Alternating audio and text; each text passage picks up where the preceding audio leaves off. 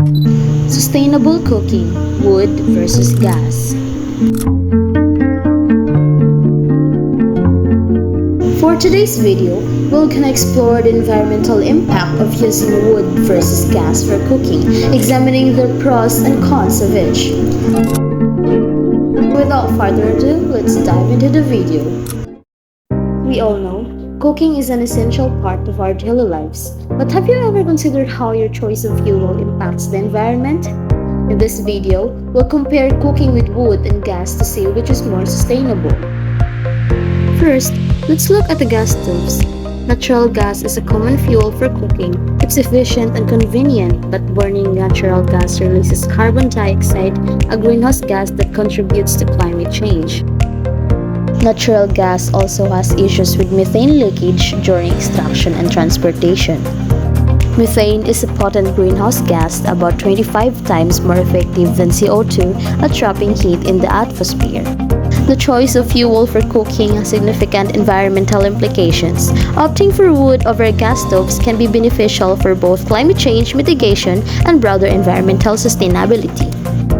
This video explores why using wood is preferable, focusing on carbon neutrality, reduced dependence on fossil fuels, the advantages of local and renewable resources, and the potential for lower emissions of harmful gases.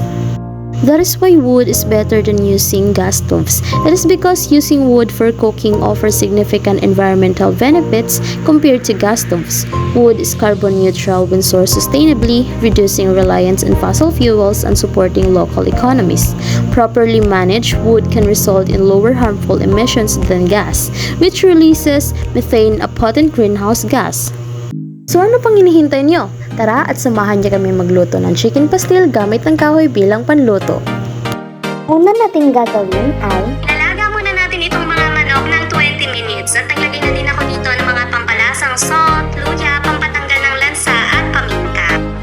Luto na nga itong chicken kaya hanguin na natin. Tanggalin din natin yung mga aromatics at palamigin lang muna natin bago natin to himay-himay. at dahil nga malamig na ang ating manok, pwede na natin itong himay-himayin.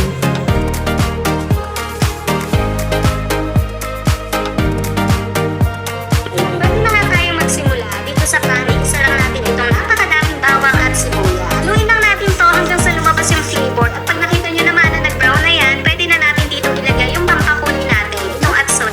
So para malililig naman kami sa maanghang na pagkain, kaya spicy flavor na lang yung gagawin ko at naglagay na ako dito ng 5 pirasong siling na bunyo. Dito pwede na din natin ilagay yung hinimay nating chicken. Haluin lang natin itong mabuti para kumulay at lumasa na din yung mga nilagay natin. Hintahan na din natin ito ng paminta at maglalagay nga tayo dito ng tigli 5 kutsara. 5 kutsarang oyster sauce, 5 kutsarang liquid seasoning at 5 kutsara din ng toyo. At para naman mag-balance lahat ng lasa nito, maglagay naman tayo dito ng kalahating gansa.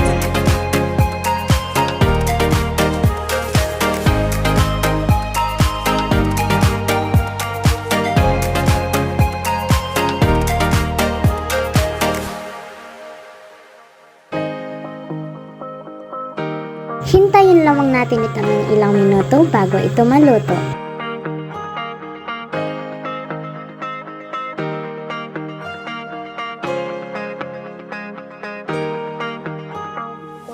Mga ilang minuto at ayan na, ready na ang ating spicy chicken pastil. Napakasarap niya guys at malinamnam.